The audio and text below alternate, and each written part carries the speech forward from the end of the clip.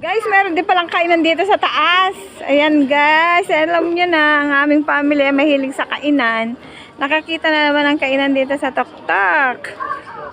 Ayan guys, nagutom na naman basta nakakita ng pagkain. Nagugutom ang Villa Cruel family. Pero guys, tingnan mo naman. Ang taas-taas na. Ayan na guys. Hindi na makita. Oh, dahil sa hamog. Ang daming tao guys, oh.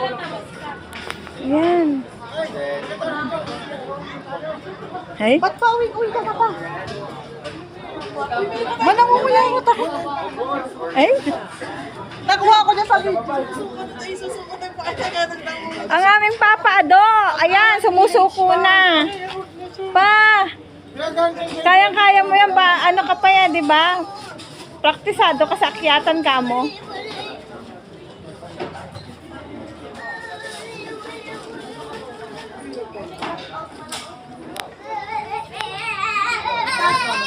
My gosh. Ano magbayad to yung kasi ako. Ano magbayad na yung May, baka naman. Naubos na yung aking kayamanan. Oh, syempre. akala nyo ba? Tumatayo mo ng pera. Ayan, oh. Makikita yun ng mga mga friends ko. Oh, syempre, of course. Ako nakaipopost ko ito mamaya kasi napabanda nitong lugar na to. Talagang hindi sulit ang pagpunta rito.